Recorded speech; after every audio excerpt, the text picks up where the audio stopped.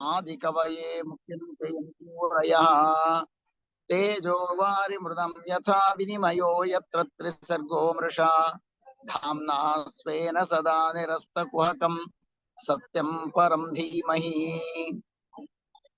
अशेषवाग्जड्यमलापगन्त्री नवं नवं स्पष्टसुभप्रदायिनि ममेह जिह्वाग्रसुरङ्गनर्तकी भव प्रसन्ना वदने च मे श्रीः नमस्ते प्राणेश प्रणत विभवायावनिमगाः नमः स्वामिन् रामप्रियतम हनूमन् गुरुगुण नमस्तुभ्यं भीम प्रबलतम कृष्णेष्ट भगवन् नमः श्रीमन्मध्वप्रदिशुषं नो जय जय भवति यदनुभावादेडमूकोऽपि वग्नि जडमतिरपि जन्तुर्जायते प्राज्ञमौलि सकलवचन चेतो देवता भारती सा मम वचसि निधत्तां सन्निधिं मानसे च फणिगणवरभूषः पार्वतीश्लघ्यवेषः खलजनकृतरोषः खण्डितात्मीयदोषः सदरुणगिरिवासः शक्रसूर्यद्यधीशः परिहृतभवपाशः पातु मां पार्वतीशः नमोऽस्तु तात्विका देवाः विष्णुभक्तिपरायणाः धर्ममार्गे प्रेरयन्तु भवन्तः सर्व एव हि अस्मद्गुरुसमारम्भां टीकाकृत्पादमध्यगां श्रीमदाचार्यपर्यन्तां वन्दे गुरुपरम्परां नौमिन्यायसुधादिकृज्जयमुनीन् श्रीपादराट्सन्मणिन् व्यासाद्यान् विविधागमाब्धिविहरान् श्रीवादिराजानपि वन्देऽहं सबरान् रघुत्तमगुरुन् वैदग्ध्यवारानिधीन् श्रीसत्यव्रत राघवेन्द्रमुनिपान् सद्बोध सद्यानपान् विष्णोपदश्चिद्गोव्रातैः स्वान्तध्वान्तनिवारकः श्रीसत्यसन्धसूर्योऽयं भासतान्नो हृदम्बरे सत्यधीरकराब्जोत्थज्ञानवैराग्यसागरः सत्यज्ञानाख्यतरणिस्वान्तध्वान्तन्निकृन्ततु सत्याभिज्ञकराब्जोत्थान् पञ्चाशद्वर्षपूजकान् सत्यप्रमोदतीर्थार्यान् नौमिन्याय सुधारतान् शास्त्रेषु पारदृष्वानं शास्त्रज्ञेषु च वत्सलं दीनभक्तोद्धारकरं सत्यात्मानं गुरुं भजे विद्यापीठविधातारं विद्यावारिधिचन्दिरं विद्यार्थिवत्सलं वन्दे महामहिमसद्गुरुम् आपादमौलिपर्यन्तं गुरूणामाकृतिं स्मरेत् तेन विघ्नाः प्रणश्यन्ति सिद्ध्यन्ति च मनोरथाः श्रीगुरुभ्यो नमः हरिः ओं हरिः ओं हरिः ओं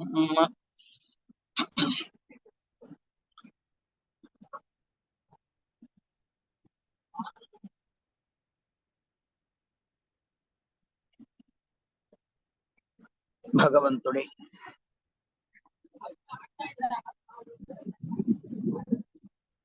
పాదార విందంలో అనంత నమస్సుమాంజలి సమర్పణ చేస్తూ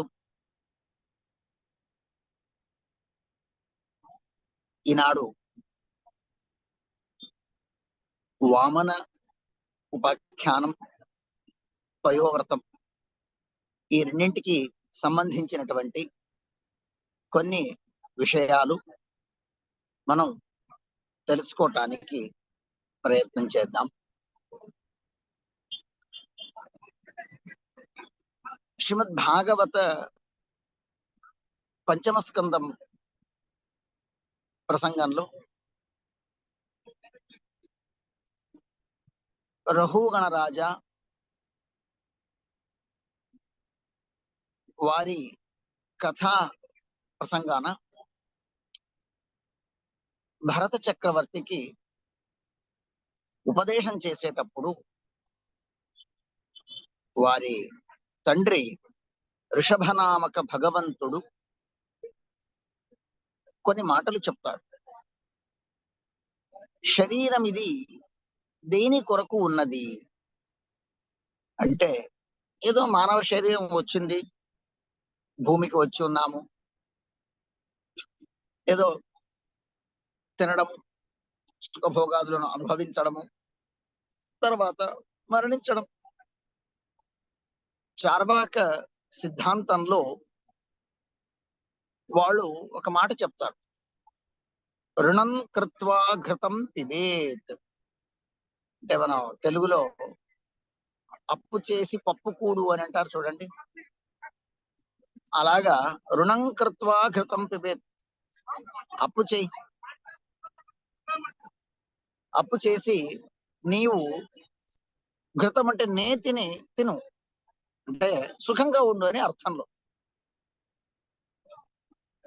కారణం మరుజన్మ నీకుందో లేదో తెలియదు. రెండవది, వారి సిద్ధాంత ప్రకారంగా మరుజన్మయే లేదు. లేనటువంటి మరుజన్మ కోసము పుణ్యము పాపము అని పెట్టుకొని దానికోసం భయపడి నీవు ఎందుకు ఇవన్నీ లేనిపోని నియమాలు పెట్టుకుంటావు, ఉన్నావు సుఖం అనుభవించు అన్నటువంటి ఒక ఆలోచన విధానం వారి. అయితే అవన్నీ కాదంటూ వృషభనామక భగవంతుడు ఉపదేశ భాగంలో తన పిల్లలకి సుందరమైనటువంటి మాట చెప్తాడు. ఈ శరీరం దేనికోసం వచ్చింది? నాయం దేహో దేహభాజన్లోకే కస్తాత్కామాన్ అర్హతాన్ విద్భుజాంయే తపో దివ్యం పుత్రకా ఏన తప్తం శుద్ధే తస్మాత్ బ్రహ్మసౌఖ్యం త్వనంతం. ఈ శరీరం వచ్చింది ఇది భగవత్ ప్రీతి కొరకు. నాయం దేహో దేహభాజన్లోకే. ఈ శరీరము నీవేమీ చేసుకోకపోతే, సాధన చేసుకోకపోతే ఇది ఏమవుతుంది అంటే చివరికి ప్రాణత్యాగం అయిపోయాక క్రిములకు నిలయమై పురుగులు పట్టి లేక కుక్కయో నక్కయో మాంసం పీక్కు తిని దుర్వాసన వచ్చి ఎవరికీ ప్రయోజనం లేకుండా అయిపోతుంది. అంచేత నాయం దేహో దేహభాజన్లోకే, ఈ శరీరము సాధన కొరకు ఉన్నది. అంచేత సాధన చెయ్యాలి.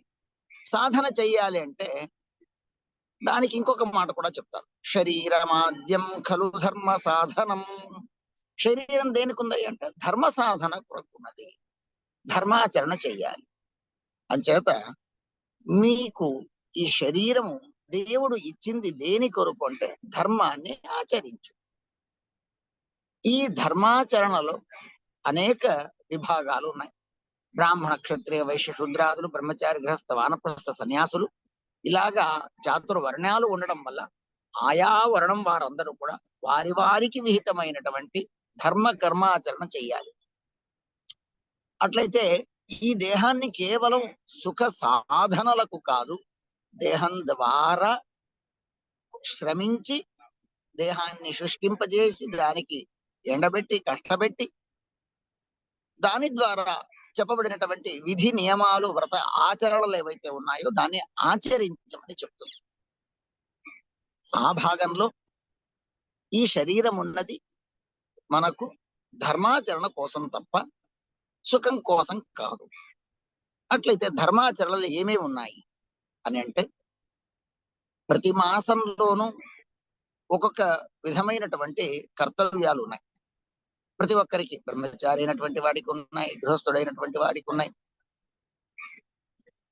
అనేక విధమైనటువంటి కర్మలు ఉన్నాయి. మరల ఈ కర్మలో రెండు భాగాలు, ఒకటి సకామ కర్మ, మరొకటి నిష్కామ కర్మ. ఈ సకామ నిష్కామ కర్మలలో మనకు నిష్కామ కర్మ ఇది హరిప్రీతి, తత్కర్మ హరితోషణం అని భాగవతం కూడా చెప్తుంది. ఏ కర్మ నీవు చేయడం వల్ల భగవత్ ప్రీతి అవుతుందో ఆ విధమైనటువంటి కర్మను చెయ్యి. అందుకనే మన వైష్ణవ సంప్రదాయంలో, ఆచార్య మధ్వ సంప్రదాయంలో చేసే ప్రతి కర్మ ప్రారంభంలో కర్మాంతంలోనూ కూడా ఈ కర్మ నీవు ఎందులకయ్యా చేశావు అని అంటే విష్ణు ప్రేరణయా విష్ణు ప్రీత్యర్థం, విష్ణు ప్రేరణయా విష్ణు ప్రీత్యర్థం అన్నటువంటి ఉద్దేశంతో ఈ కర్మను ఆచరించడం జరుగుతుంది. అంచేత మనం చేసేటువంటి కర్మ హరిప్రీతి అవ్వాలి. కావున నిష్కామ కర్మ మరియు సకామ కర్మలలో మనము ఉన్నటువంటి ఆశ్రమాలు, బ్రహ్మచారియో గృహస్థుడో వానప్రస్థ సన్యాసి, కొన్ని కాలకాలానికి విహితమైనటువంటి కర్మలు, కొన్ని మనము విధించుకున్నటువంటి కర్మలు, కొన్ని నిత్యం చేయాల్సినటువంటి కర్మలు. ఇలాగా రాఘవేంద్ర స్వాముల వారి మాటల్లో చెప్పాలి అంటే త్రివిధం పూజాత్మకం కర్మ, త్రివిధం పూజాత్మకం, 3 విధాలైనటువంటి కర్మలు అని రాఘవేంద్ర స్వామి వారు చెప్పారు. ఈ 3 విధాలైనటువంటి కర్మలలో ఇప్పుడు ప్రస్తుతంలో ఇవాళ మన నరహరి ఈ దంపతులు వారు ఒక శుద్ధమైనటువంటి ఆచారాన్ని పాటిస్తున్నారు. పయోవ్రతం, ఈ ఫాల్గుణ మాసం పయోవ్రత కాలం కావున ఇది 2 రకాలుగా దీన్ని మనం ఆచరించవచ్చు. ఒకటి విష్ణు ప్రేరణ, విష్ణు ప్రీత్యర్థం అన్నది నిష్కామ కర్మగా, అంటే సంతానమైనటువంటి వారు కూడా పయోవ్రతం చేయవచ్చు. పయోవ్రతం అన్నటువంటిది సంతానాపేక్ష ఉన్నటువంటి వారికి కదండి అని అంటే విష్ణు ప్రేరణ, అది నిష్కామ కర్మ కింద దాన్ని మనం తీసుకొని భగవత్ ప్రీతి కొరకు చేసేటువంటిది. ఇక సంతానం కానటువంటి వారు, సంతానాపేక్షగా ఉన్నటువంటి వారు, వారు సంతానార్థిగా సకామ కర్మగా చెయ్యొచ్చు. ఆ కర్మ చేసేటప్పుడు దానికి విధించబడినటువంటి కొన్ని నియమాలు, ఆ నియమాలలో కృష్ణ స్నానమనం, కృష్ణా నదీ స్నానమనం, కృష్ణ కథయనం, లేకపోతే నిత్యం అక్కడ ఆహుతి ప్రధానమనం, బ్రాహ్మణ దంపతి భోజనమనం, కేవలం క్షీరపానమే చేసి, క్షీరం అన్నటువంటి దానికి నీరు అని కూడా ఒక అర్థం ఉన్నందున నీరు క్షీరం, పాలు నీరు తీసుకొని ద్వాదశాహం దాకా 12 రోజుల దాకా ఆ 20 దంపతులు బ్రాహ్మణ భోజనం చేయించి వారు కేవలం భగవత్ సమర్పితమైనటువంటి ఆ క్షీర సేవన చేస్తూ ఉండవలను అనేటువంటి కొన్ని నియమాలు చెప్పి ఉన్నారు. దానిలో భాగంగా కృష్ణ కథ మనం వినాలి, తెలుసుకోవాలి. భగవంతుడి యొక్క సంబంధితమైనటువంటి విచారాలు ఉండాలి అన్నటువంటి దాన్ని ఇక్కడ చెప్తూ, ప్రత్యేకించి మనం ఎన్నుకున్నటువంటిది వామన కథ, వామన ఉపాఖ్యానం. ఇక్కడ వామన ఉపాఖ్యానానికి ఈ పయోవ్రతానికి సంబంధం ఒక విధంగా ఏమిటంటే, వామనావతారాత్ పూర్వం వారి తల్లి దేవమాత అదితి దేవి తను కూడా ఈ పయోవ్రతం చేస్తుంది.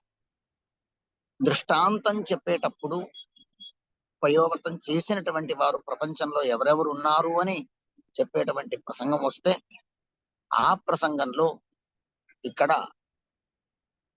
పయోవ్రతాన్ని చేసినటువంటి వ్యక్తులలో అదితి కశ్యపుల వారి మాట వస్తుంది. సుమధ్వ విజయం ఒక ప్రసంగంలో ఒక మాట చెప్తారు. తీవ్రే పయోవ్రత ముఖైర్ వివిధైర్ వ్రతాగ్రైర్ జయాపతి గుణగణార్ణవ పుత్ర కామౌ సంపూర్ణ పూరుష మతోషయతాం నితాంతం దేవేరిత వివపురాదితి కశ్యపౌతౌ.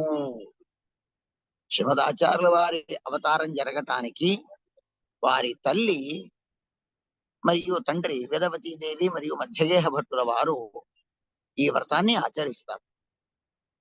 ఆచరించినప్పుడు ఆ దృష్టాంతం చెప్పే ప్రసంగాన అదితి కశ్యపులు ఏ విధంగానైతే పూర్వంలో ఈ పయోవ్రతాన్ని ఆచరించారో అదే విధంగా శ్రీమదాచార్యుల వారి తల్లిదండ్రులు కూడా ఈ పయోవ్రతాన్ని ఆచరించారు అని చెప్తారు. అంచేత ఈ అదితి మాత పయోవ్రతాన్ని ఆచరించిన దాన్ని ఈ ప్రసంగంలో మనం గుర్తు చేసుకుంటూ ఆ కథా భాగాన్ని, అర్థాత్ వామన ఉపాఖ్యానాన్ని కించిత్ కాలం దాకా సంక్షేపత మనం తెలుసుకొని ఈ వ్రతాచరణలో అది ఒక భాగం కావున ఆ భగవత్ ప్రీతి అవుతేనే వ్రతంలో సంపూర్ణత వస్తుంది. అంచేత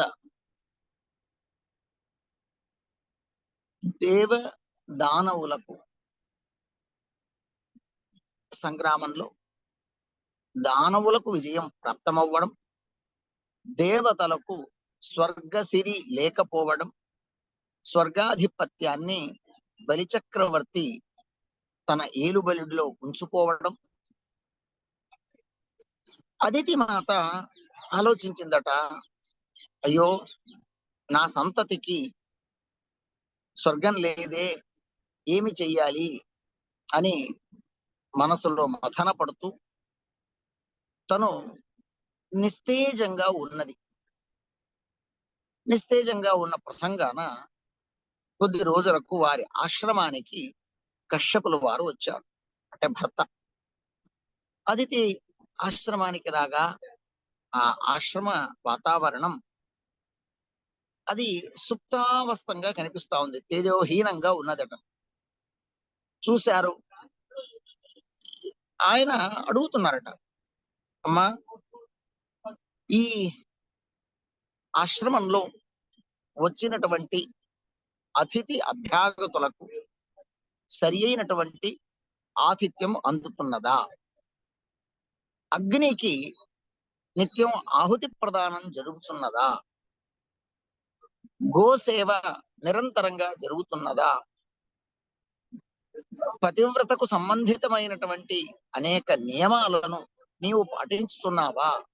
ఇలాగా అనేక ప్రశ్నలు అడుగుతారు. ఆవిడ అన్నిటికీ సమర్పకంగా, అంటే ఒక ఇల్లాలు తన ఇంటికి వచ్చినటువంటి అతిథులకు ఏ విధమైనటువంటి సపర్యలు చేయాలి, అతిథి సత్కార మర్యాదలు చేయాలి, ఏ ఒక్కదానిలోనూ కూడా లోటుబాటు లేకుండా అన్ని చేస్తూనే ఉన్నది. కానీ ఆవిడ ముఖం మాత్రం తేజోహీనంగా ఉన్నది. ధర్మాచరణలో ఎక్కడ కూడా ఆవిడ ఇసుమంత కూడా ఆచరణ రహితంగా లేదు ఆవిడ. కానీ మనస్సు అసంతోషంగా ఉండడాన్ని కశ్యపుల వారు గమనిస్తారు. మరి ఇవన్నీ నీవు ధర్మ కర్మాచరణ చేస్తున్నప్పటికీ కూడా నీవెందుకు అసంతోషంగా ఉన్నావు అని అంటే, దానికి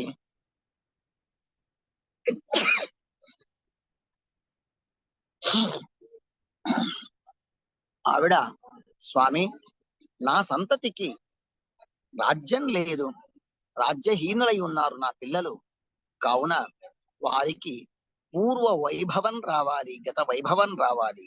దానికి నన్నేమి చెయ్యమన్నారు? ఉత్తమమైనటువంటి ఆ రాజ్య ప్రాప్తి ఇచ్చేటువంటి, చేయించేటువంటి ఉత్తమ సంతతి కలిగితే తద్వారా నా పిల్లలు కూడా క్షేమంగా ఉంటారేమో అని అంటే, దానికి వారంటారు, సంతతి ప్రధానానికి నీవు నీ శరీరాన్ని శుద్ధి చేసుకోవాలి అని చెప్పి 12 ఏళ్ల పాటు వ్రతాచరణ నియమాలన్నీ చెప్తారు. వారు ఎంత తపోనిష్ఠులై ఉభయులు కూడా వ్రతం చేస్తారు అన్నటువంటిది శ్రీమద్భాగవతం తెలియపరుస్తుంది. అంటే ఇది స్త్రీ విహితమైనటువంటి వ్రతమా, పురుష విహితమైనటువంటి వ్రతమా అన్నటువంటి ఒక సందేహం కలుగుతుంది ఒక ప్రసంగంలో. అంటే ఉభయులు కూడా ఈ వ్రతాన్ని ఆచరించవచ్చు. అక్కడ ఆ కృష్ణుడికి అనునిత్యం పూజా విధి విధానాలు చెప్తూ, కృష్ణ ప్రార్థన, భగవత్ ప్రార్థన చేస్తూ, దేవకీ సుత గోవింద దేవదేవ జగత్పతే దేహిమే తనయం కృష్ణ త్వామహం శరణం గతః అని కృష్ణ ప్రార్థనా మంత్రం కూడా అక్కడ ఉన్నది. వీరు ఇంటిని వంటిని శుద్ధి చేసుకొని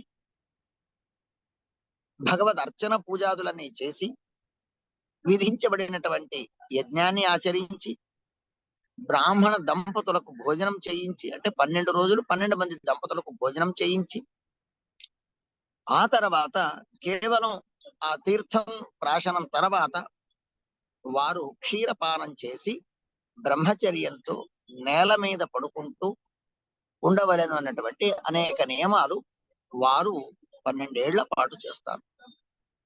ఆ తర్వాత 12 ఏళ్ల తదనంతరం ఈవిడ ఉత్తమమైనటువంటి సాధన తపశ్చర్యం చేస్తున్నటువంటి ప్రసంగాన దేవుణ్ణి ప్రార్థన చేస్తుంది. ఈవిడ ప్రార్థనకు మెచ్చినటువంటి భగవంతుడు ప్రత్యక్షమవుతే అదితి మాత కూడా స్తోత్రం చేస్తుంది. యజ్ఞేశ యజ్ఞ పురుషచ్యుత తీర్థ పాద తీర్థ శ్రవణ మంగళ నామధేయ. యజ్ఞేశ సకల యజ్ఞాలకు స్వామి, యజ్ఞ పురుష ఆ యజ్ఞంలో ఉన్నటువంటి సమస్త హవిస్సును స్వీకరించేటువంటి వాడివి. తీర్థ పాద నీ పాదముండి తీర్థము ఉద్భవించింది. తీర్థ శ్రవణ మంగళ నామధేయ, నీ యొక్క నామము ఇది మంగళప్రదమైనటువంటిది. భగవంతుడి ఇది అమంగళము. కొన్ని పదములు విన్నప్పుడు అమంగళం ప్రతిహతమవుగాక అని అనుకుంటూ ఉంటాం. అలాగే దేవుడి పేరు ఇది అమంగళకరము, మంగళప్రదం కాదు ఇది అని ఎక్కడా లేదు. మనకు ఏ సమస్య వచ్చినా ఏ సందర్భంలోనైనా కూడా ఎల్లవేళలా కూడా భగవన్ స్మరణ మనకున్నది. కావున అలాంటి మంగళప్రదమైనటువంటి చరిత్ర కలిగినటువంటి వాడివి నీవు. అలాగే నీ నామము మంగళకరమైనటువంటి నామము. కావున హే మంగళప్రద తీర్థ శ్రవణ మంగళ నామధేయ, ఈ లోకంలో ఉన్నటువంటి వారందరికీ కూడా ఏదైనా కష్టాలు వస్తే ఆ కష్టాలన్నిటినీ కూడా దూరం చేయటానికి నీ యొక్క నామము చాలు అన్నటువంటి విధంగా పరిపరిగా ఆవిడ భగవంతుడిని స్తోత్రం చేస్తుంది. ఆ స్తోత్రంతో భగవంతుడు సంతుష్టుడవుతాడు. సంతుష్టుడై నీలాంటి సంతానం కావాలి అని ఈవిడ కోరగా భగవంతుడు అన్నాడు, నాలాంటి సంతానం లేదు. ఎందుకంటే దేవుడికి దేవుడే సరిసాటి, నద్వితీయోస్తి కశ్చన, రెండో వాడు లేడు. అంటే నీలాంటి వాడు అంటే డూప్లికేట్ ఇంకోటి కావాలి, జెరాక్స్. దేవుడికి దేవుడికి ఇంకోటి జెరాక్స్ ఉన్నారు అక్కడ. దేవుడికి సమానమైనటువంటి వాడు లేడు, దేవుడికి అధికమైనటువంటి వారు ఇంకెవరు లేరు. చేత దేవుడికి దేవుడే సరిసాటి అయినటువంటి వాడు. కావున దేవుడు అన్నాడు, నేను అవతారం చేస్తాను అని చెప్పి ఆవిడ గర్భధారణ చేస్తుందట. ఆ గర్భంలో భగవంతుడు ప్రవేశం చేసినప్పుడు బ్రహ్మదేవుల వారు ఆ గర్భగతుడైనటువంటి భగవంతుణ్ణి స్తోత్రం చేస్తారు. 2 ప్రసంగాల్లో బ్రహ్మదేవుల వారు గర్భగతుడైనటువంటి దేవుణ్ణి స్తోత్రం చేసినటువంటిది శ్రీమద్ భాగవతంలో మనం చూస్తాం. ఒకటి ఇక్కడ 8వ స్కందంలో వామనావతార ప్రసంగంలో దేవుడు ఒక్కసారి గర్భంలో ఉన్నప్పుడు స్తోత్రం చేశారు.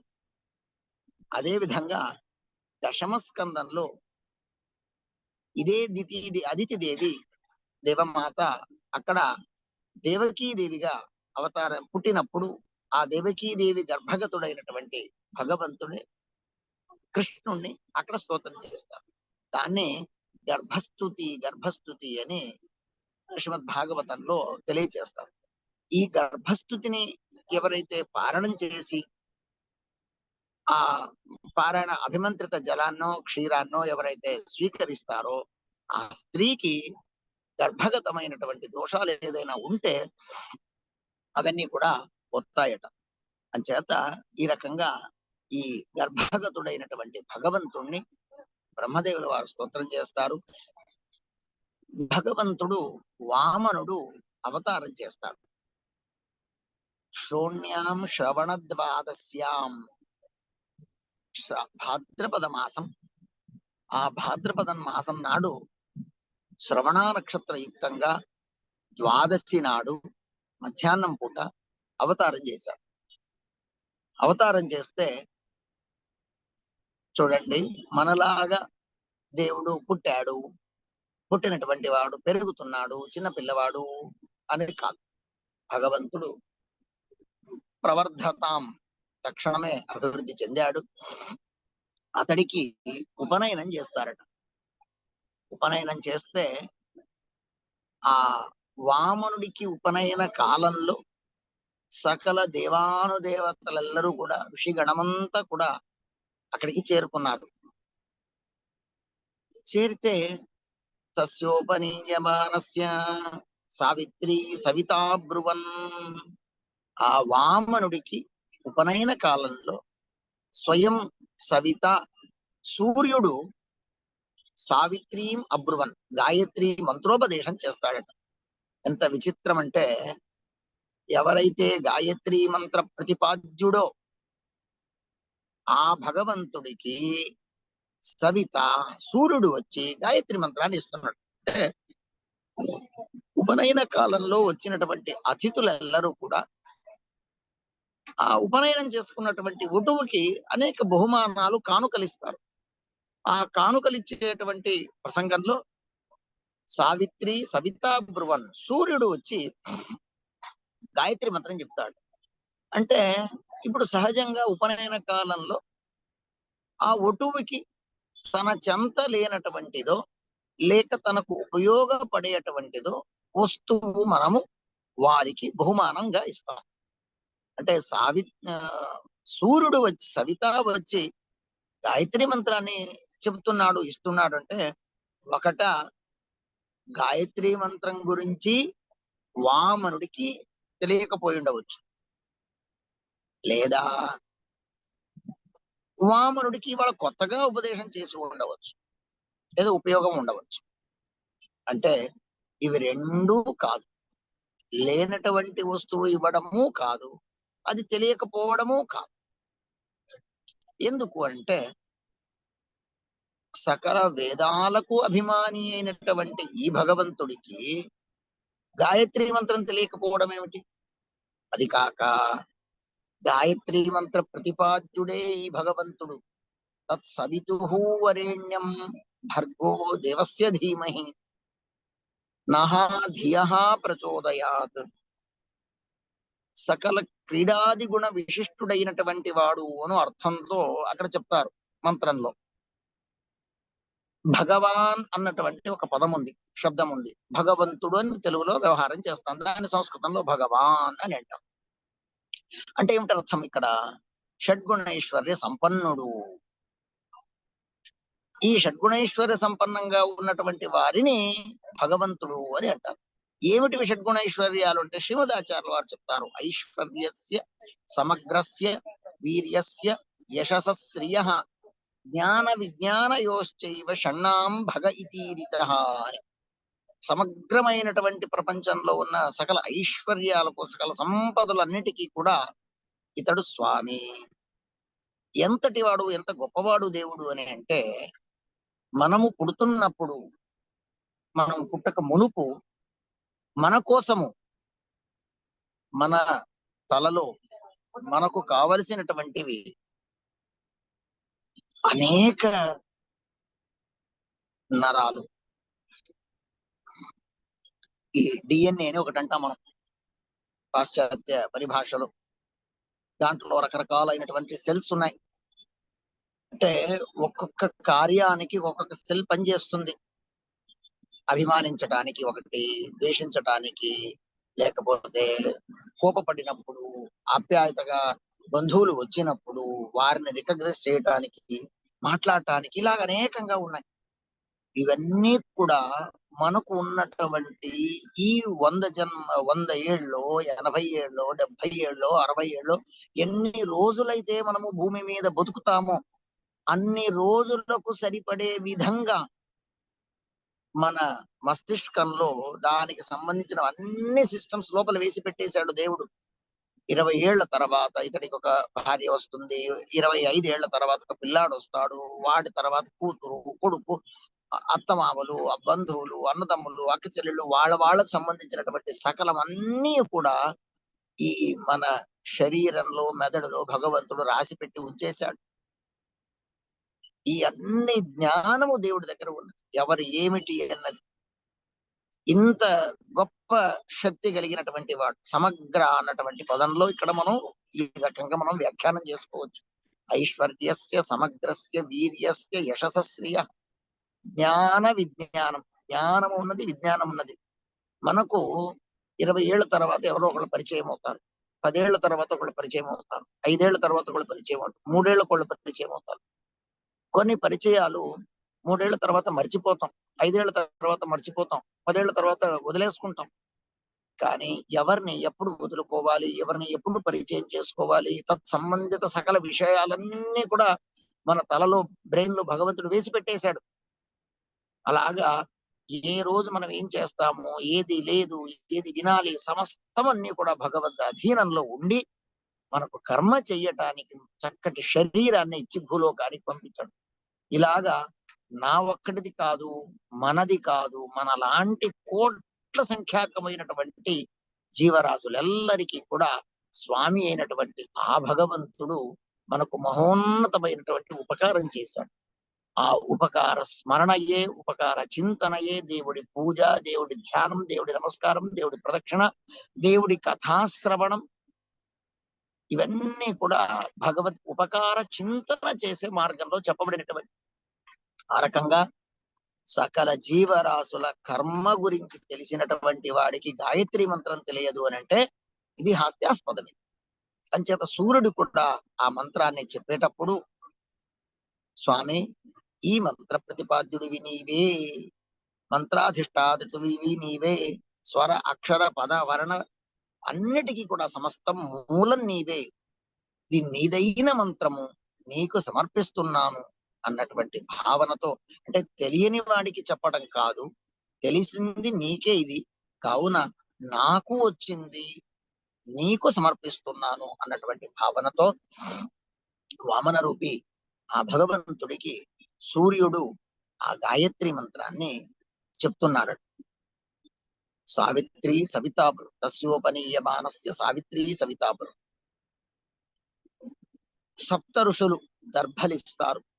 అంటే బ్రహ్మచారి అయినటువంటి వారికి ఉన్నటువంటి కొన్ని సాధనలు, వస్తు సామగ్రి, యజ్ఞాలు చేయాలి, అగ్నిహోత్రాది కర్మలు ఉన్నాయి, బ్రహ్మ మన అగ్ని కార్యం మొదలుగు ఉన్నాయి. వాటన్నిటికీ ఉపయోగపడేటువంటిది ఆసనము, పాదుకలు, ఛత్రి. త్రిలోకాభిమాని దేవతలు ఛత్రి ఇచ్చారట, భూమి పాదుకలు ఇస్తుందట. కశ్యపుల వారు వచ్చి మొలతాడు ఇస్తారు.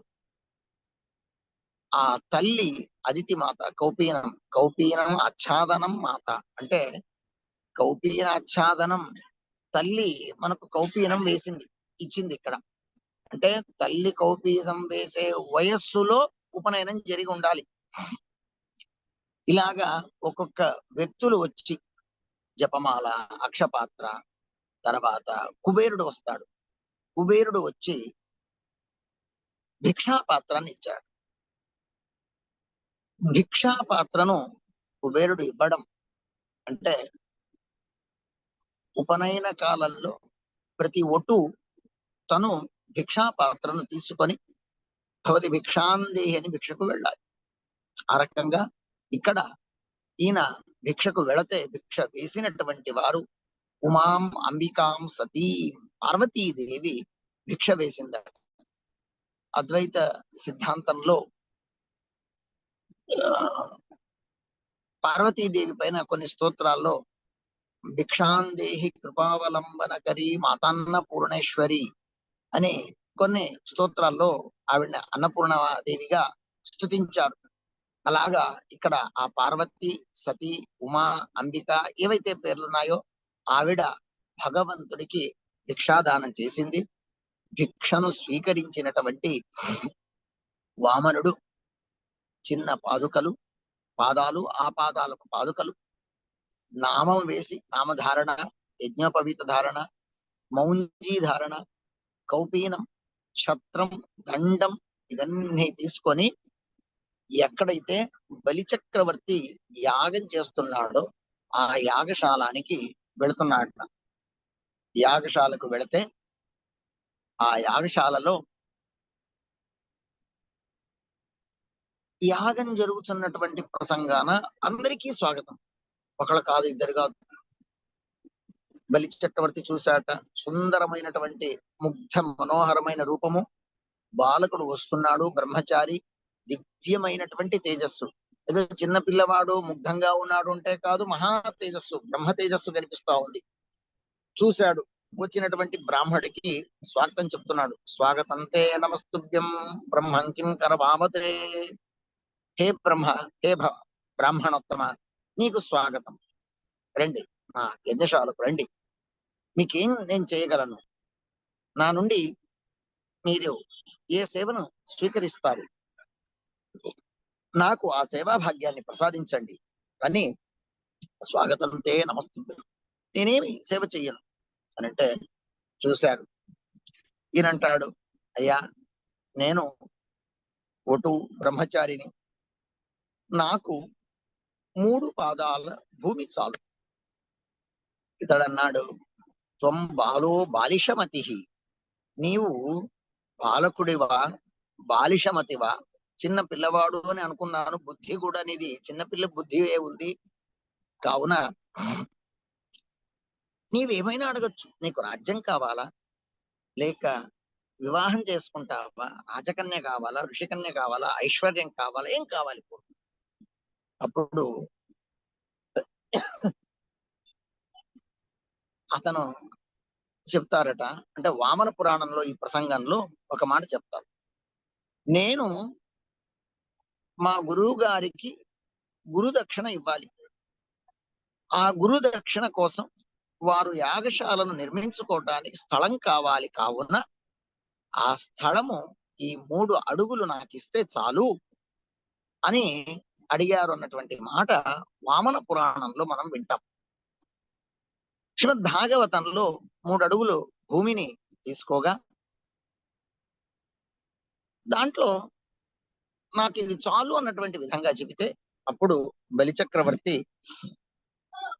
అంటే చిన్న పిల్లవాడు, మందబుద్ధి, త్వం బాలో బాలిషమతి అని కూడా అంటాడు. నువ్వు బాలకుడివా బాలబుద్ధివా, బాలబుద్ధి చిన్న పిల్లవాడి వలె ఉన్నావే, నీకు అంత మాత్రం తెలియదా, నీవేం కోరుకుంటే నేను అది ఇస్తాను, కానీ కోరడం కూడా నీకు తెలియదే, ఏం కోరుకోవాలి అన్నది కూడా నీకు తెలియనటువంటి ప్రసంగంలో నీవు ఉన్నావు అన్నటువంటి దాన్ని చెబుతూ, సరి నీకు భూమి కావాలి అని చెప్పి భూదానం చెయ్యటానికి సిద్ధపడతాడు. సిద్ధపడితే అంతలో ఇతడి గురువైనటువంటి శుక్రాచార్యుల వారు, దైత్య గురువులు శుక్రాచార్యుల వారు వచ్చారు. వారు చెప్తారు, ఏష వైరోచన సాక్షాత్ భగవాన్ విష్ణుర్వ్యయ. హే విరోచన పుత్ర, వైరోచన అంటే ఇతడి తండ్రి విరోచన, ప్రహ్లాదుడి యొక్క కుమారుడు విరోచనుడు, విరోచన పుత్రుడు బలి చక్రవర్తి. ఏష వైరోచన సాక్షాత్ భగవాన్ విష్ణురవ్యయ. ఇతడు వచ్చినటువంటి వాడు అవ్యయ, నాశరహితుడైనటువంటి వాడు, నాశం లేనటువంటి వాడు. నీవు ఇతడికి భూదానం చేయటానికి వెళుతున్నావు కదా, ఇతడు ఎవరు అనుకుంటున్నావు? విష్ణు, స్వయం భగవంతుడే, సాక్షాత్ భగవంతుడే. ఇతడికి నీవు భూదానం చేయటానికి వెళుతున్నావు కదా, మరి నీవు సర్వస్వం కోల్పోతావు భూదానం చేస్తే. ఎందుకంటే మాయామానవ కోహరి, ఇతడు మోసం చెయ్యటానికి వచ్చినటువంటి వాడు. లేదండి నేను మాటనిచ్చేశాను దానం చేస్తానని అని అంటే మాట తప్పవచ్చు. క్షత్రియులకు వచన ప్రధానం. ఒక్క మారు ఒక మాటని ఇచ్చారు అంటే, ప్రమాణం చేశారు అంటే, ప్రాణం పోయినా సరి ప్రమాణం పోరాదు, ఆ మాట పోరాదు, ఆన వేస్తారు. ఇది గౌరవం. సంస్కృతంలో గౌరవం అంటే ఆన, తెలుగులో మనం ఆన అని అంటాం. అలాగా ఒట్టు వేసినట్టుగా. అంచేత నేను మాట ఇచ్చేశాను, దానం ఇస్తాను అని ఇప్పుడు నేను మాట వెనక్కి తీసుకోలేను. శుక్రాచార్యుల వారు కొన్ని సుందరమైనటువంటి మాటలు చెప్తారు.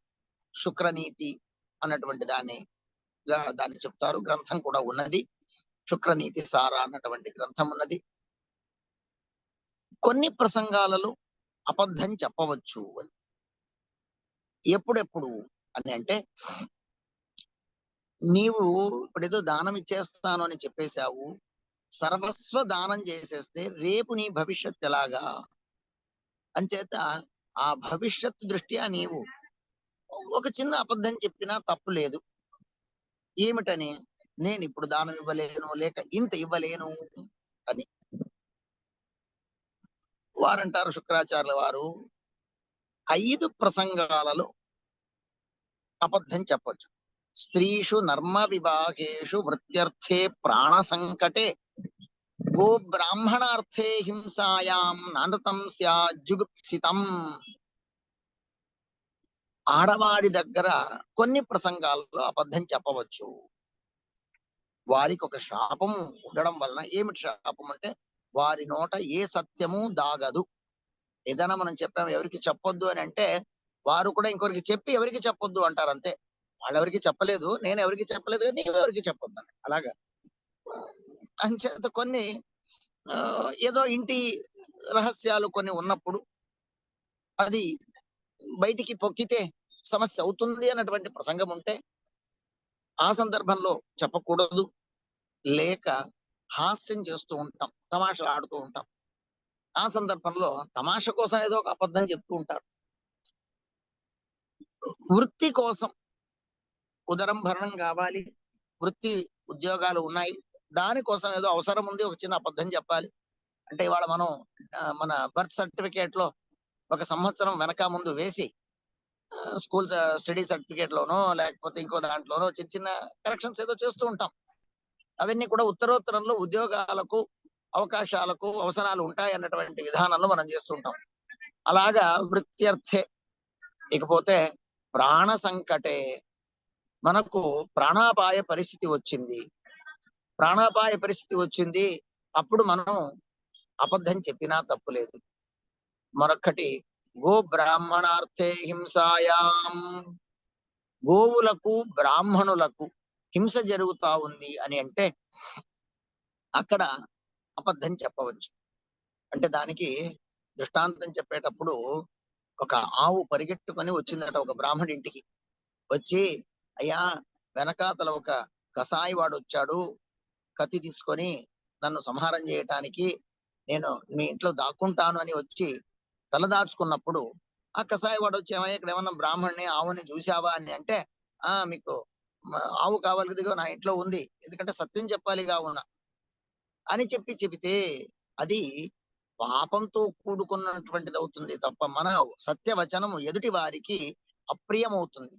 అందుకనే మహాభారతం కూడా ఒక మాట చెప్తుంది, సత్యం చెప్పాలి, సత్యం చెప్పొద్దు అని చెప్పలేదు. సత్యం బ్రూయాత్ ప్రియం బ్రూయాత్ నబ్రూయాత్ సత్యం అప్రియం. సత్యం బ్రూయాత్ ప్రియం బ్రూయాత్, సత్యం చెప్పు, కానీ నీవు చెప్పేటువంటి సత్యం వలన అవతల ఉన్నటువంటి వ్యక్తికి అప్రియమవుతుంది అని అంటే అప్పుడు నువ్వు సత్యం చెప్పి ప్రయోజనం లేదు. సత్యం బ్రూయాత్ ప్రియం బ్రూయాత్, ప్రియమైనటువంటి సత్యం చెప్పు. నబ్రూయాత్ సత్యం అప్రియం అని మహాభారతం అంటుంది. అంచేత సత్యం చెప్పవలను. నేను చెప్పినటువంటి మాట వలన ఎదుటి వాడికి హింస కలుగుతుంది, ప్రాణాపాయం వస్తుంది అని అంటే అక్కడ నీవు సత్యం చెప్పి ప్రయోజనం లేదు. అంచేత సత్యం బ్రూయాత్ ప్రియం బ్రూయాత్, ఈ 5 ప్రసంగాల్లో అబద్ధం చెప్పవచ్చు. నీవిప్పుడు దానం ఇస్తాను అన్నటువంటి మాటను వెనక్కి తీసుకోవచ్చు. అంతేకాక సంపాదించినటువంటి దానిలో 5గా విభజన చేసి నీవు దానం కోసం ధర్మం కోసమే ఒక భాగాన్ని పెట్టవలెను అన్నటువంటిది అర్థనీతిని ఆయన చెబుతారు. ధర్మాయ యశసే అర్థాయ కామాయ స్వజనాయ చ పంచదా విభజన్ విత్తం ఇహాముత్ర చ మోదతే.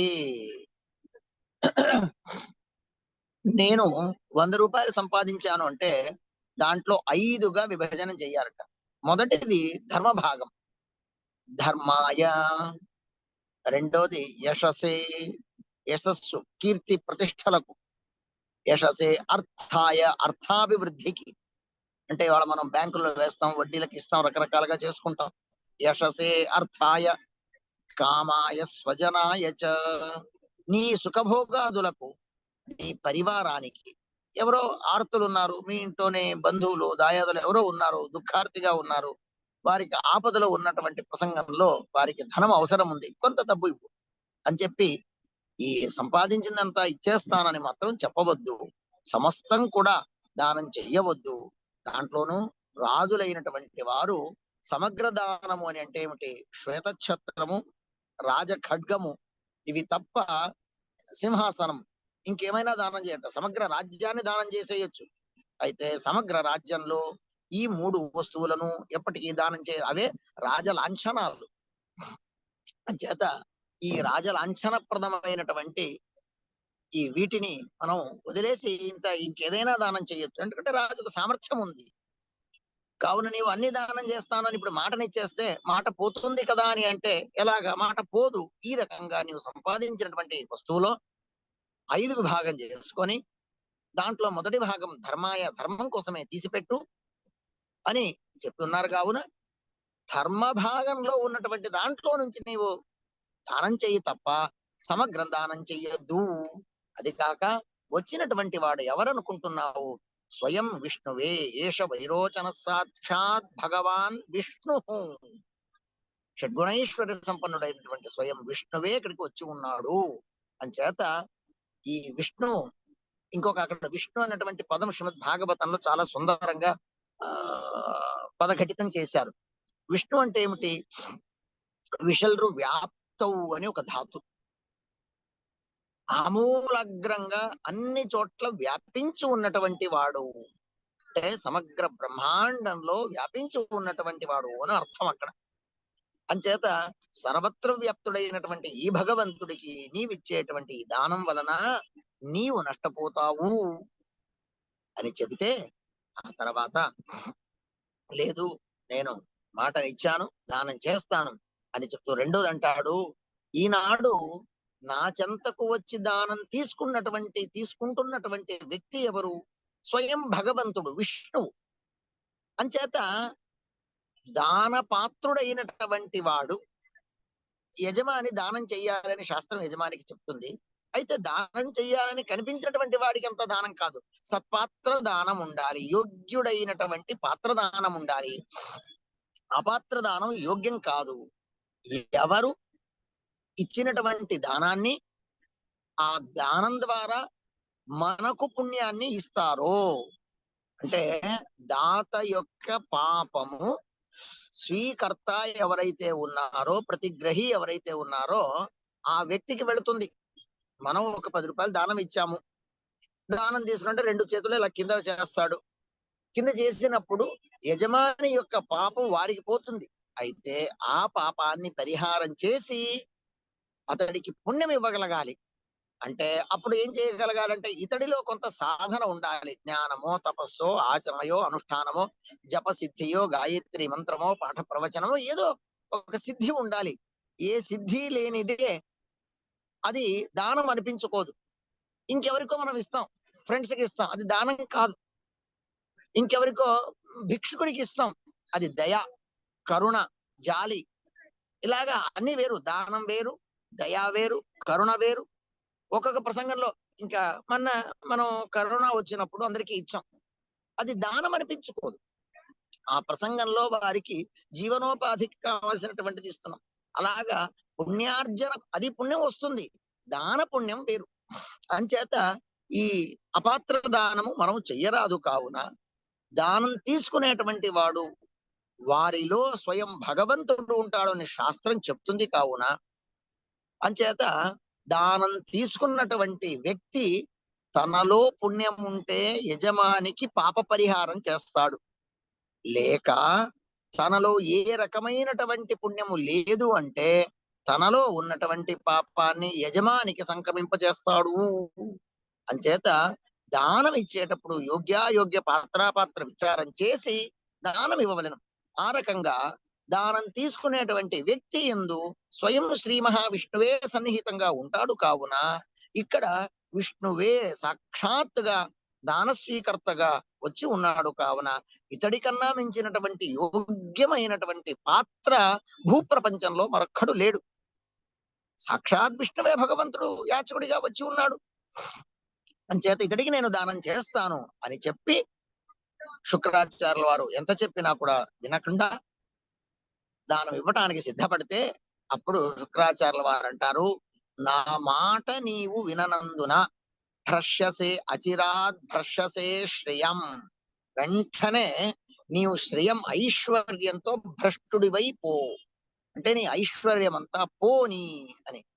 అంచేత శుక్రాచార్యుల వారి మాట మీరినందున, అంటే ఏ శుక్రాచార్యుల వారైతే ఇతడికి యాగం చేయించి యజ్ఞకుండం ద్వారా ఉత్తమమైనటువంటి రథము, గుర్రాలు, తర్వాత ఆయుధాలు, ధనుస్సు, బాణాలు, అక్షయ తూణీరము, ఇవన్నీ కూడా యజ్ఞకుండం ద్వారా తెచ్చిచ్చినటువంటి వ్యక్తి వాటిని ధారణ చేసి స్వర్గం మీదికి వెళ్ళి దాడి చేసి స్వర్గాధిపత్యం సునాయాసంగా చేతపుచ్చుకున్నాడో, అంటే గురు అనుగ్రహం ఉండడం వలన దేవతలపైన ఏ యుద్ధము చేయకుండా సునాయాసంగా స్వర్గసిరి ప్రాప్తమయ్యింది.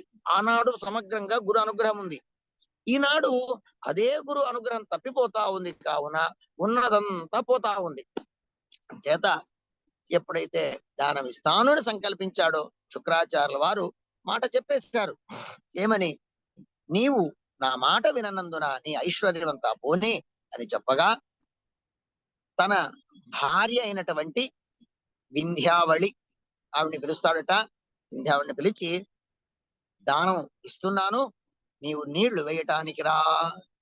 చూడండి, ఇక్కడ మనం తెలుసుకోవలసింది, వస్తువు నాది, నేను ఎవరిని ఏమి అడగనక్కర్లేదు అని చెప్పి దానం ఇవ్వటానికి లేదు. గృహస్థుడైనటువంటి వాడు దాన ధర్మాదులు చేసేటప్పుడు సతీ సమేతముగా ఆ దానము తను చెయ్యవలెను, ధర్మం చెయ్యవలెను. వివాహితుడైనటువంటి వాడు వివాహ ప్రసంగంలో అగ్ని సాక్షిగా వేదమంత్రోచ్చారణ చేస్తున్నటువంటి ప్రసంగాన ధర్మే చ అర్థే చ కామే చ నాతి చరామి అని ప్రతిజ్ఞ చేస్తాడు. నేను ధర్మ కార్యం చేసేటప్పుడు నిన్ను కాదని నేను ఏ ధర్మము చెయ్యను. అంటే సతి లేనిదే ఏ ధర్మాచరణకు కూడా ఇతడు అర్హుడు కాడు అన్నటువంటి ఒక మాట చెబుతూ, ఈ ధర్మాచరణ చేయడంలో నీ వంతు ఇక్కడ అనుమోదం ఉండాలి. అంటే పత్ని అనుమోదం లేకపోతే, భార్య అనుమోదం లేకపోతే చేసిన ధర్మం కూడా ఇది సమంజసం కాదు. కావున ఆ పత్ని సమేతంగా దాన ధర్మాదులు ఉండాలి. కావున అంచేత ఆ భార్యకు తను విషయం తెలిపి ఆవిడను పిలిపించుకొని సువర్ణ ఘట్టంలో నీరు తెచ్చింది. ఆ నీరు పోస్తున్నప్పుడు ఇంకొక పురాణగతంగా శుక్రాచార్యుల వారు ఆ కమండలంలో నీళ్లు పడకుండా అడ్డంగా ఉన్నారని చిన్న ఒక పుల్ల పెట్టి శుక్రాచార్యుల వారు కన్ను పోగొట్టారన్నటువంటి ఒక ఇతిహాసం వింటాము. శ్రీమద్ భాగవతంలోనైతే అది కనిపించదు. సరే, ఏదైతేనేమి శుక్రాచార్యుల వారు ఆ దాన సందర్భంలో అక్కడ ఉన్నారు. ఈయన బలి చక్రవర్తి దానానికి సంకల్పం చేసుకుంటున్నాడు. వింధ్యావళి నీరు పోసింది, దానం ఇస్తున్నారు, సంకల్పం అయిపోయింది. ఆ వచ్చినటువంటి వామనుడు త్రివిక్రముడు అయ్యాడు. అద్భుతమైనటువంటి రూపం, చాలా విశాలమైనటువంటి కాయం. అణోరణీయాన్ మహతో మహీయాన్ అని అంటాం కదా, ఆ రకంగా విశాలమైనటువంటి శరీరాన్ని భగవంతుడు తీసుకున్నాడు. ఆ పెద్దదైనటువంటి శరీరంతో భూమిని కొలవాలి. మొదటి పాదం సమగ్ర భూమిని అంతా వ్యాపించేశాడు. భూమిని వ్యాపించగా రెండో పాదం పైలోకానికి వెళతా ఉంది. పైలోకానికి వెళతా ఉంటే అక్కడ ఉన్నటువంటి భువరాది లోకాలని భూహుభువ స్వహ మహాజన తమః సత్యం, సత్యలోకాల దాకా పైకి వెళ్ళింది. మనం ప్రాణాయామం చేసేటప్పుడు అంటే చూడు, ఓం భూర్భువస్వః తత్సవితుర్వరేణ్యం, అవన్నీ ఆ లోకాల పేర్లు అక్కడ. భూహు భువః స్వహ మహః జనః తపః సత్యం, సత్యలోకాల దాకా దాటిపోయి ఆ సత్యలోకం పైన ఉన్నటువంటి బ్రహ్మాండ కర్పట, అంటే బ్రహ్మాండ పరిరక్షణకు భగవంతుడి చేత నిర్మింపబడినటువంటి ఒక కర్పట, అంటే ఘనీభూతమైనటువంటి ఒక స్లాబ్ లాంటిది. అంటే పైన నీరు లోపలికి రాకుండా మనం ఎలా గట్టిగా స్లాబ్ వేసుకుంటామో అలాగా బ్రహ్మాండ పరిరక్షణకు, బ్రహ్మాండం బహిర్భాగంలో బ్రహ్మాండానికి 3 రెట్లు నీళ్లున్నాయి. 3 రెట్లు నీళ్లున్నాయి. ఆ నీరు లోపలికి ధుమకుండా, కిందికి రాకుండా ఆ నీటిని అడ్డుకట్టడానికి భగవంతుడి చేత నిర్మితమైనటువంటిది. దానికి భగవంతుడి యొక్క ఎడమకాలి బొటనవేలు దాని యొక్క గోరు తగిలింది, నఖ స్పర్శ అయింది. ఆ స్పర్శ మాత్రాన పైన ఉన్నటువంటి ఘనోదకం లోపలికి దుమికిందట.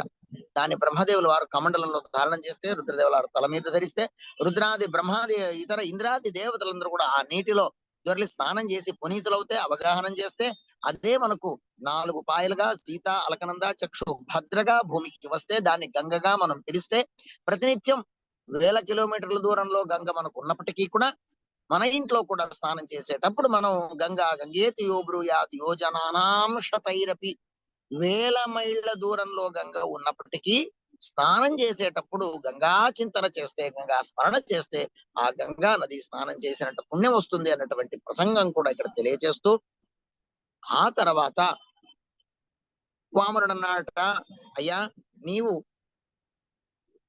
మరి 2 పాదాల భూమిని ఇచ్చావు, మూడోది ఎక్కడా?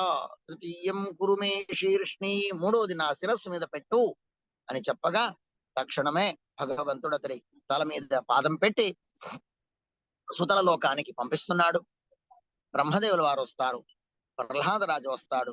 ఆయన అంటాడు, అయ్యా నా మనవడి పైన నీకెంతయ్యా ప్రేమ, నా వంశం మీద నీకెంతయ్యా కరుణ, ఎందుకంటే మా తాత కోసం వచ్చావు, అంటే తండ్రి ఎవరు, హిరణ్యకశ్యపు కోసం వచ్చావు, ప్రత్యేకమైనటువంటి రూపం తీసుకున్నావు, నరసింహావతారం ఎత్తావు.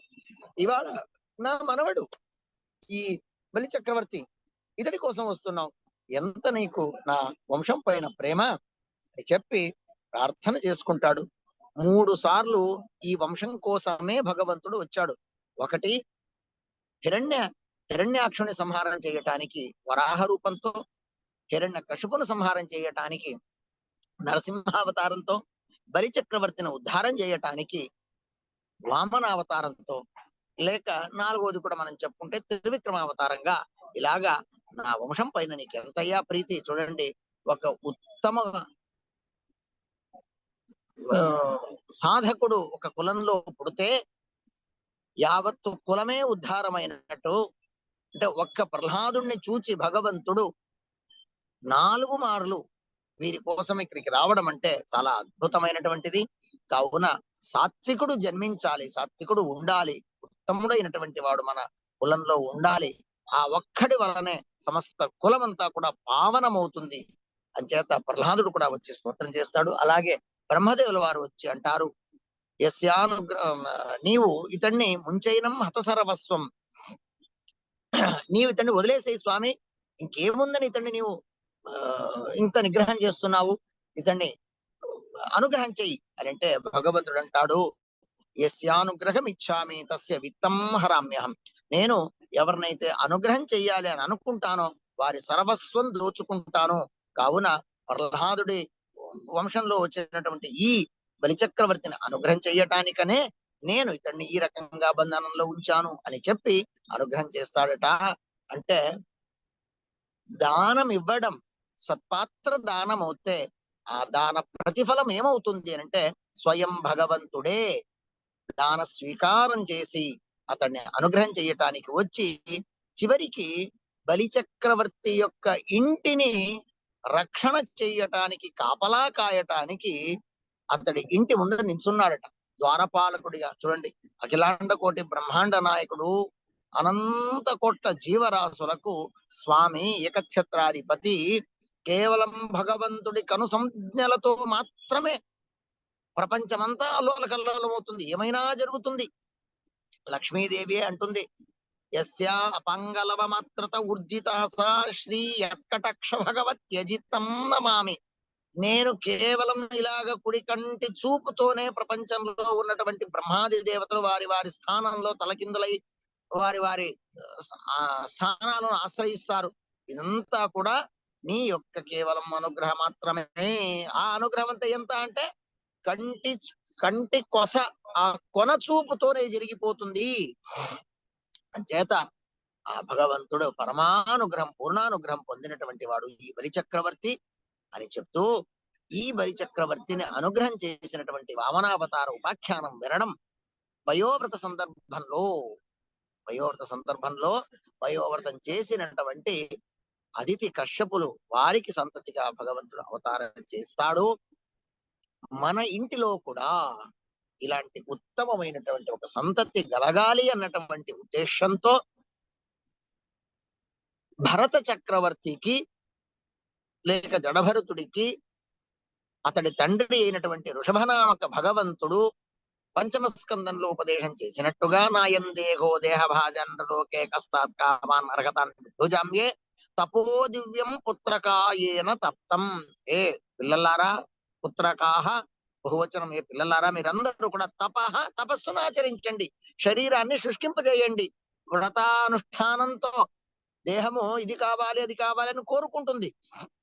కావున ఇవన్నీ మనకు శాశ్వతమైనటువంటిది కాదు. భగవంతుడు మన మనస్సులో ఉండి, మన కళ్ళల్లో ఉండి, మనము ఏవైతే మనము ఇది చెయ్యాలి అని భగవంతుడి అధీనంలో ఉండి మనం చేస్తామో, శుద్ధమైనటువంటి మనస్సుతో భగవంతుని ఆరాధన చేస్తామో, ఇవన్నీ కూడా హరి ప్రీతి అవుతుంది. కావున మన శరీరంలో, మన ఇంద్రియాల్లో ఆ భగవంతుడు ఉండి సకల ఇంద్రియాలన్నీ కూడా హరి ప్రీతి కొరకే మనం దాన్ని ఆ, అమలు చేయాలి, ఆచరణలో పెట్టాలి. కావున సకలేంద్రియాలు కూడా భగవంతుడివే. ఆ ఇంద్రియాభిమాని దేవతలకు నిత్యము కూడా ధర్మ మార్గే ప్రేరేయంతు భవంత సర్వ ఏవహి అని మనం ప్రార్థన చేసేటట్టుగా ఈ సకల ఇంద్రియాలన్నిటి కూడా హరిప్రీతి కొరకు వినియోగించాలి అన్నటువంటి భాగంలో ఈ పయోవ్రతాన్ని ఆచరిస్తున్నటువంటి ఈ ఇరువురు దంపతులు మన ఆ, నరహరి మరియు వారి శ్రీమతి ఉత్తమమైనటువంటి ఈ పయోవ్రత కాలం. పుంసవనం అన్న ఇంకొక వ్రతం కూడా కశ్యపుల వారి మరొక్క భార్య దితీదేవి దైత్యమాత ఆవిడ ఆచరిస్తుంది. అక్కడ కూడా అనేక నియమాలు చెప్తారు. మనము పిల్లల కోసము ఇవాళ బహుశా మీరందరూ ఇంచుమించుగా భారతాతీతంలో ఉన్నారు, పాశ్చాత్య దేశంలో ఉన్నారు. అక్కడ ఉన్నటువంటి నియమము, పిల్లాడు పుట్టగానే మీరు పేరు రిజిస్టర్ చేసేయాలి. నామకరణం ఎప్పుడైనా చేసుకోండి, ముందు ఆ పిల్లాడికి ఒక పేరు అయిపోవాలి. ఆధార్ కార్డు, అక్కడ ఉన్నటువంటి గ్రీన్ కార్డు, ఎన్ఆర్ఐ ఏదైతే ఉన్నా అవన్నీ వచ్చేయాలి. అంటే వాడికి పేరు, ఇప్పుడే బట్టలు, ఇప్పుడే మందులు, ఇప్పుడే ఇల్లు, ఇప్పుడే అన్ని ఒక రకంగా సిద్ధమైపోతాయి. అయితే మన భారతదేశంలో, మన వేద దేశంలో ఇక్కడ సంస్కార ప్రధానంగా దితీదేవి తన పిల్లలు ఉత్తములైనటువంటి వారు కావాలి అని మనం అందరం అనుకుంటాం. నా పిల్లాడు బుద్ధివంతుడు అవ్వాలి, నా పిల్లాడు శ్రీమంతుడు అవ్వాలి, ఆరోగ్యవంతుడు అవ్వాలి, రూపవంతుడు అవ్వాలి, అలా ఉండాలి, అలా ఉండాలి, ఎర్రగా ఉండాలి, తెల్లగా ఉండాలి, ఏదో పాలలో కుంకుమ పువ్వు వేసి తాగడం ఎర్రగా పుడతాడని ఏదేదో మనం చేసినా సంస్కారవంతుడు కాకపోతే అప్పుడు ఏం చేసి ఏం ప్రయోజనం ఉంది? కావున పిల్లలు సంస్కృతులు అవ్వాలి, సంస్కారవంతులు అవ్వాలి అంటే యోగ్య కాలానికి తగ్గట్టుగా అక్కడ మనము వారికి చేయవలసినటువంటి విధి విధానాలు, పుట్టక మునుపు ఏం చేయాలి, పుట్టేటప్పుడు ఏం చేయాలి, పుట్టాక ఏం చేయాలి, అన్నప్రాశనం గాని, నామకరణం గాని, కర్ణవేదం గాని, ప్రథమకేశ ఖండనం గాని, ఇవన్నీ కూడా ఉత్తమమైనటువంటి ముహూర్తాలు వాటిని చెప్పబడ్డాయి. ఇదే దితీదేవి నాకు సంతతిని ప్రసాదించు, గర్భధారణ చెయ్యి అని అంటే కశ్యపుల వారు అంటారట, ఇది అసుర సంధ్య వేళ. ఇప్పుడు భార్యాభర్తల కలయిక వలన అధో సంతతి పుడుతుంది, నీచమైనటువంటి సంతతి పుడుతుంది. ఇది యోగ్యమైనటువంటి సంతతి ప్రధానం కాలం కాదు, ఇది గర్భాధారణ చేసేటువంటి కాలం కాదు అని చెప్పి ఆవిడకి కూడా ఆయన ఉపదేశం చేసి పయోవ్రతాన్ని చెయ్యమని, వ్రతాన్ని చెయ్యమని ఆవిడకి ఆదేశిస్తారట. ఆవిడ కూడా వ్రతాచరణ అన్ని చేస్తుంది అన్నటువంటిది ఇదే భాగవతంలో షష్ఠ స్కందంలో చెప్తారు. ఈ రకంగా మనకు ఉత్తమమైనటువంటి సంతతి పుట్టాలి, వారు సంస్కారవంతులు అవ్వాలి అంటే శ్రీమద్ భాగవతం లాంటి అనేక పురాణ ఇతిహాసాలను వినడం, దాంట్లో చెప్పబడినటువంటి వ్రత నియమ అనుష్ఠానాలను ఆచరించడం, గృహస్థ ధర్మ ప్రకారంగా చేయవలసినటువంటి కాలానికో నిమిత్తంగానో నైమిత్తికంగానో రాఘవేంద్ర స్వాముల వారు చెప్పినటువంటిగా విధంగా త్రివిధం పూజాత్మకం కర్మ నిత్య నైమిత్తిక కామ్య కర్మ భేదేన అని అన్నారు. నిత్య నైమిత్తిక కామ్య, నిత్యం చేసేటువంటిది. నైమిత్తిక, ఏడాదిలో అప్పుడప్పుడు ఉగాది పండుగ వస్తుంది. ఉగాది పండుగ ఎప్పుడు పడితే అప్పుడు చేస్తామేంటి? లేదు కదా. ఎందుకంటే ఉగాది అంటే ప్రతి పాడ్యమి నాడు మనం ఆచరించాం. వైశాఖ పాడ్యమి వచ్చింది, జ్యేష్ఠ పాడ్యమి వచ్చింది, ఆషాఢ పాడ్యమి వచ్చింది, లేదు. ఉగాది చైత్రమాసంలో ఆచరిస్తాం. అలాగా నిత్యం చేసేటువంటివి కొన్ని స్నాన సంధ్య జపతపానుష్ఠానాదులు కొన్ని, ఉగాది లాంటి పర్వకాలాల్లో వచ్చేటువంటివి కొన్ని, ఇక నిత్య నైమిత్తిక కామ్య కర్మ భేదేన. కామ్య కర్మ, ఇప్పుడు ఈ పయోవ్రతం ఉంది, మనకి ఏదో ఒక అపేక్ష ఉంది, భగవత్ ప్రీతి జరగాలి, ఉత్తమ సంతతి వంశాభివృద్ధి కలగాలి, ఇలాంటి ఏదో రకరకాల కారణాలు. అది కాక ఈ వ్రతం చెయ్యమని అందరికీ విధించింది. పిల్లలకు కావలసిన వాళ్ళే చెయ్యాలన్నటువంటిది లేదు, ఎవరైనా చెయ్యవచ్చు. ఆ రకంగా 3 విధాలైనటువంటి ఈ కర్మలలో ఇవాళ మన నరహరి దంపతులు ఉత్తమమైనటువంటి ఈ ధర్మానుష్ఠానాన్ని ఎంచుకున్నారు. వారి ఈ ధర్మానుష్ఠాన ఈ కాలంలో ఉత్తమమైనటువంటి భగవత్ కథ వామనోపాఖ్యానం, దీన్ని వినడం ఆ వ్రతంలో ఇది ఒక భాగం.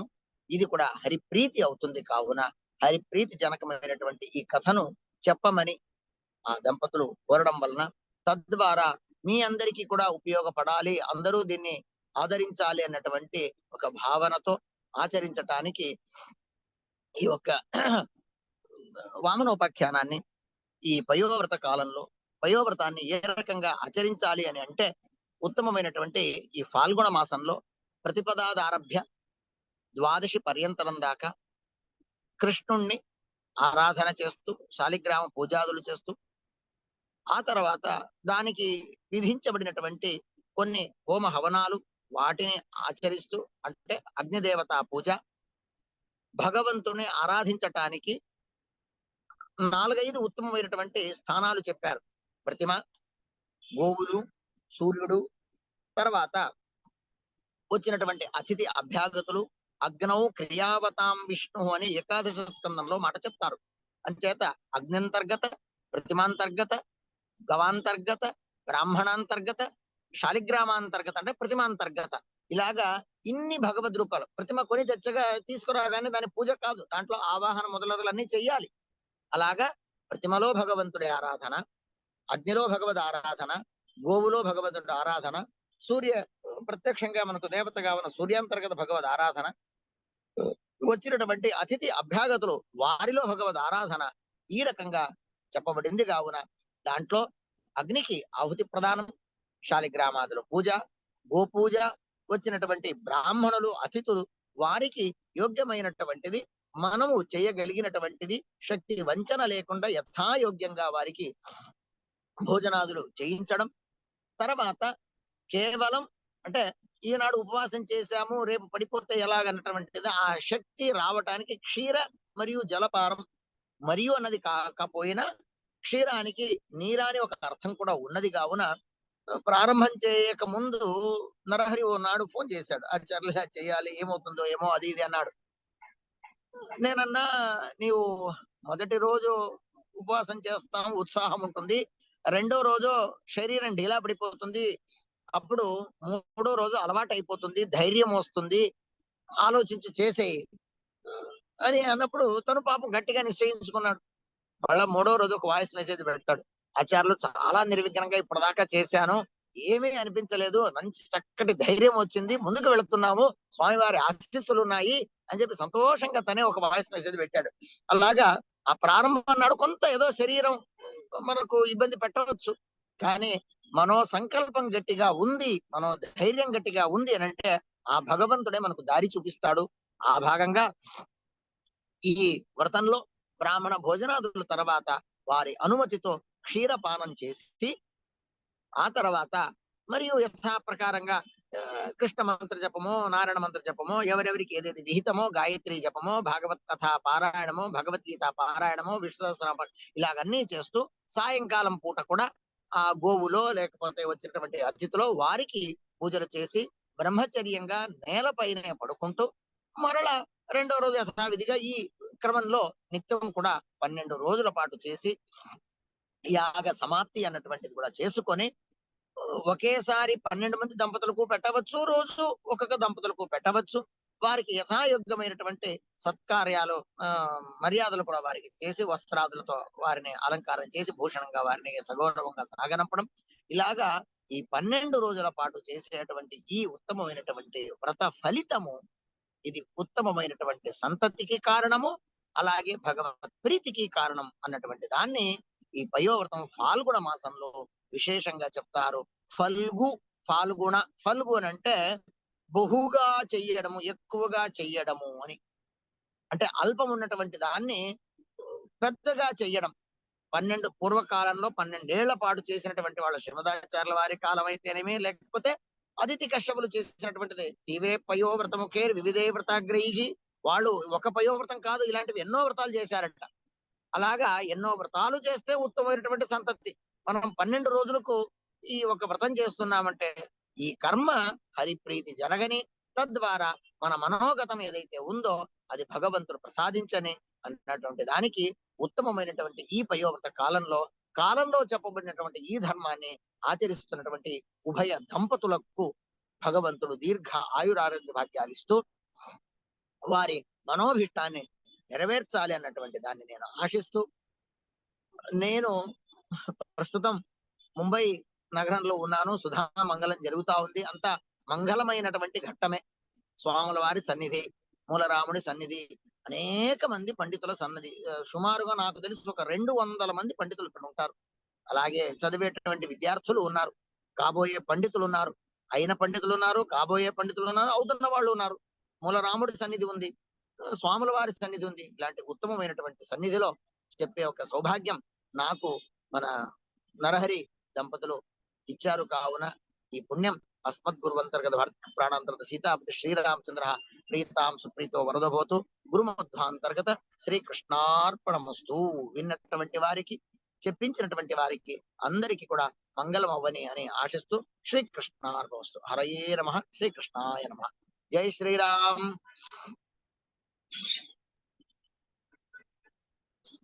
జై శ్రీరామ్.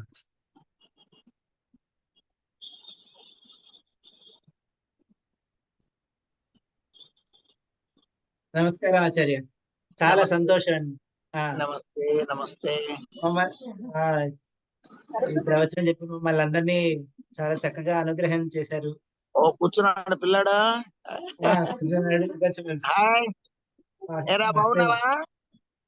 ఆయుష్మాన్ భవ. బాగుంది. తులసి ఉన్నారు, గణపతి గారు, విజయలక్ష్మి, నీలా ఉన్నారు, కామేష్ పాండురంగి, మానూరు సుబ్బారావు గారు. Okay okay. గౌతమ్ కోఠి గడ్డి. సరే, కింద సభ జరుగుతా ఉంది, నేను సభకు వెళతాను. సమయం అయింది, సభకు వెళతాను. జై శ్రీరామ్ అందరికి. నేను తర్వాత మాట్లాడతా ఆచార్య. అలాగే మనం మాట్లాడతాం తర్వాత. సరే ఆచార్య.